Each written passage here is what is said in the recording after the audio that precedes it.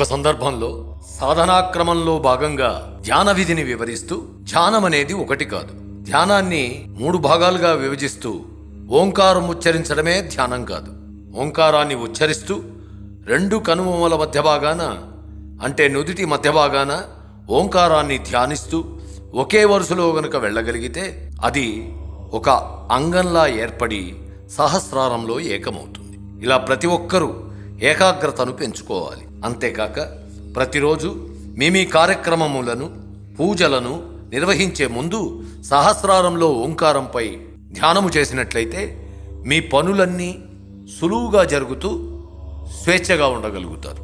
దీనితో పాటు ప్రతి ఒక్కరూ వీలైనంత వరకు ప్రతిరోజు మాంసాహారాన్ని త్యజిస్తూ లేదా కనీసం ప్రతి నెలలో వచ్చే ఏకాదశి రోజులలో మాంసాహారాన్ని తప్పక వదిలిపెట్టండి.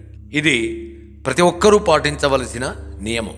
గురువు లేదా భగవంతుని దయను పొందాలంటే పై విధమైన విధానాలను ఆచరిస్తూ గురువు లేదా భగవంతునికి నమ్మకమైన సేవ చేయడమే ఏకైక మార్గమని తెలుసుకోండి.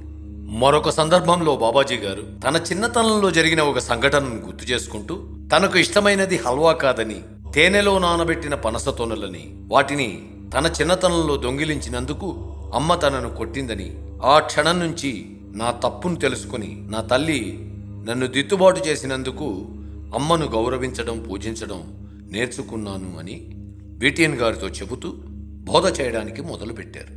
భూమిపై ప్రతి మనిషికి 3 శరీరములు ఉంటాయి. అవి భౌతిక, మానసిక, కారణ లేదా ఆధ్యాత్మికమైనవి. పై 3 శరీరములకు కూడా ఎంతో కొంత శక్తి మరియు విశ్రాంతి కావాల్సి ఉంటుంది. ప్రతి ఒక్కరి భౌతిక శరీరము ఆహారము, సూర్యకాంతి మరియు నిద్ర ద్వారా శక్తిని పొందుతుంది. మానసిక శరీరం ప్రధానంగా అపస్మారక నిద్రలో నుండి, స్వప్న స్థితి నుండి మానసిక కార్యకలాపాలు లేని స్థితి అనగా ధ్యాన స్థితి ద్వారా శక్తిని పొందుతుంది. అదేవిధంగా కారణ మరియు ఆధ్యాత్మిక శరీరము మానవుని యొక్క సుషుప్తి అవస్థ యందు కాస్మిక్ మూలముల నుండి శక్తిని పొందుతుంది. అంతేకాక మనిషి మనుగడకు తిండి బట్టలు ఎంత అవసరమో మెలకువగా ఉన్నప్పుడు అతని మనస్సును ప్రశాంతంగా ఆరోగ్యంగా ఉంచుకోవడానికి మరియు అతని యొక్క భౌతిక జీవితానికి హాస్యం కూడా అంతే అవసరము గనుక ప్రతి ఒక్కరూ నవ్వుతూ చమత్కార భాషణతో తెలివిగా ప్రవర్తిస్తూ ఆనందంగా ఉండగలగాలి. అప్పుడే మానవుని యొక్క ఒత్తిడి తగ్గి మానసికంగా ఆరోగ్యంగా ఉండగలరు. మరొక సందర్భంలో విటిఎన్ గారు బాబాజీ గారితో, గురుదేవా, మిమ్మల్ని నేను మిక్కిలి ప్రేమిస్తున్నాను అని చెబుతూ చెడ్డది అని త్యజించిన దేనినైనా నేను ఎలా తిరిగి అంగీకరించాలి అని ప్రశ్న వేయగా దానికి సమాధానముగా బాబాజీ గారు, ఎవరైనా సరే వారు ఎప్పుడైతే మంచి చెడ్డల మధ్య తేడా చూడనటువంటి స్థితికి ఎదగగలుగుతారో అనగా స్థితప్రజ్ఞత కలిగి ఉంటారో వారి వద్దకు ఏ చెడ్డ విషయమైనా దగ్గరకు వచ్చేసరికి ఖచ్చితంగా మంచి విషయంగా మారుతుంది. ఆ సమయమున మీరు దానిని అంగీకరించగలుగుతారు అని చెప్పారు. పై వివరణను విన్న విటిఎన్ గారికి కలిగిన అనుభవాన్ని క్రింది విధంగా వివరించడం జరిగింది.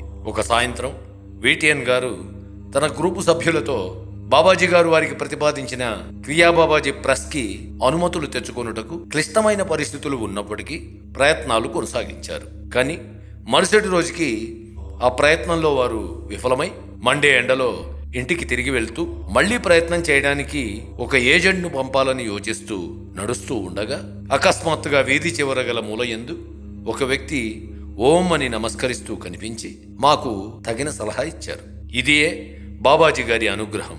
అది అమోఘమైనది. వెంటనే మనస్సులోనే మేము బాబాజీ గారికి నమస్కరించి ప్రతి విషయములోనూ అన్ని విధములుగా మీపై ఆధారపడి ఉంటామని అనుకుంటూ ఉండగానే బాబాజీ గారు సూచనప్రాయంగా గ్రూపు యందలి 3వ అభ్యర్థికి మీకు నేను కొన్ని ముఖ్య విషయములను చెప్పవలసి ఉందని తెలియజేశారు. వెంటనే విటిఎన్ గారు గ్రూపు సభ్యులతో ఎవరికి వారు నిర్ణయాలు తీసుకొనడం కంటే మౌనంగా ధ్యానం చేయడం మంచిదని చెబుతూ ధ్యానం సమయంలో అందరూ భృకుటి యందు బాబాజీ గారిపై ఏకాగ్రతను పెట్టగా విటిఎన్ గారికి బాబాజీ గారు కనిపించి, మీలో ఒకరు సాత్వికుడు, మరొకరు రాజసిక, ఆమె తామసిక గుణములు కలవారు. కానీ నేను పై 3 లక్షణాలు కలిగిన 4వ వాడిని. మీ ముగ్గురు ఐక్యతతో ఉంటూ నాతో కలిసి ఈ ప్రెస్ వ్యవహారాలను నిర్వర్తించండి అని చెబుతూ ఉండగా విటిఎన్ గారు బాబాజీ గారితో ఇదంతా ఎలా సాధ్యమని అడుగగా బాబాజీ గారు సాధ్యతే సర్వం కాదు, సత్యతే సర్వం అని అంటూ ఎవరైతే సద్గురువు లేదా భగవంతుడిపై నమ్మకం పెడుతూ ఏ పనినైనా చేస్తే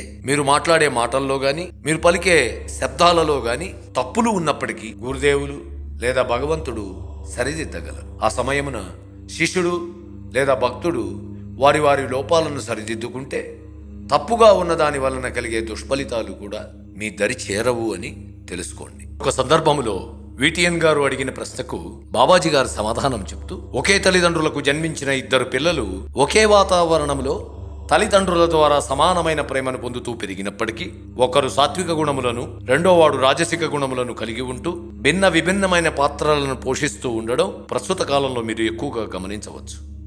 దీనికి గల కారణము కేవలము వారు పెరిగిన వాతావరణ పరిస్థితులపై మాత్రమే ఆధారపడి ఉంటుంది అని చెప్పడం సరైన విధానం కాదు. ఎందుకంటే పై అంశం పిల్లలు పెరిగిన వాతావరణంతో పాటు వారి వారి గత జన్మల నుండి లోతుగా పాతుకుపోయిన లక్షణములు అనే అంశములపై ఆధారపడి ఉంటూ ఆ పిల్లలు లేదా వ్యక్తుల యొక్క ప్రవర్తన గణనీయమైన ప్రభావాన్ని చూపుతాయని తెలుసుకోండి. ఇటువంటి పరిస్థితులలో ఎవరికి వారు ఎప్పటికప్పుడు చెడు ప్రవర్తన వలన వారికి చెడు సంభవిస్తుందని, మంచి ప్రవర్తన వలన వారి జీవితం పురోగవృద్ధి చెంది సక్రమమైన భగవత్ నిర్దేశ్యమైన బాటలో నడుస్తుందని గ్రహిస్తూ భగవంతునికి లేదా గురువు గారికి సర్వస్య శరణాగతి చేస్తూ వారి సాధనను కొనసాగిస్తే ఆ సాధనా తీవ్రతను బట్టి భగవంతుడు లేదా గురువు గారి దయతో భవిష్యత్తులో వారికి సంభవించబోయే దుష్ప్రభావం నుంచి దుస్సంఘటనల నుంచి తప్పించుకోగలరని గమనించాలి.